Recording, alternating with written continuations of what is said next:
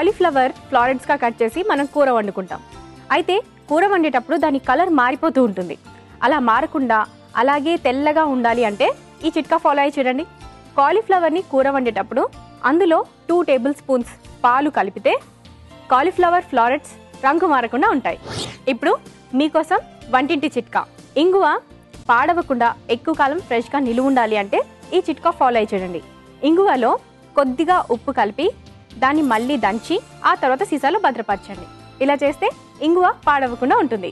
మనం సాలడ్స్ తయారు చేసుకుంటూ ఉంటాం కదా, అయితే సాలడ్స్ని మనము ఫ్రూట్స్తో కానీ వెజిటేబుల్స్తో కానీ తయారు చేసుకుంటే ముందుగా వీటిని చన్నీటిలో కాసేపు నానబెట్టి ఆ తర్వాత కట్ చేయండి. ఇలా చిల్డ్ వాటర్లో నానబెడితే వాటిపై ఉన్న స్కిన్ చాలా గట్టిగా అవుతుంది. అలాగే మనం కోరుకున్న షేప్లో అవి కట్ అవుతాయి. మీకోసం కొన్ని బ్యూటీ టిప్స్. ముఖం పైన మొటిమలతో బాధపడే వారి కోసం ఈ చిట్కా. ఆరెంజ్ ఫ్రూట్ మనం తిన్నాక వాటి తొక్కల్ని మనం పారేయకుండా వాటిని ఎండబెట్టి పౌడర్గా చేసుకోండి. ఆ పౌడర్ని కొద్దిగా నీళ్లు పోసి పేస్ట్గా చేసి ఫేస్కి ప్యాక్లా అప్లై చేయండి. ఆరిన తర్వాత కడిగేసుకోండి. ఇలా తరచూ చేస్తూ ఉంటే మొటిమలు తగ్గిపోతాయి.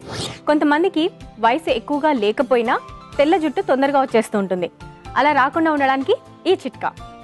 రోజు ఉదయం లేవగానే కరేపాకు ఆకుల్ని బాగా నూరి ఆ రసాన్ని తాగండి. ఇలా చేస్తూ ఉంటే మీకు తెల్ల జుట్టు రాకుండా ఉంటుంది.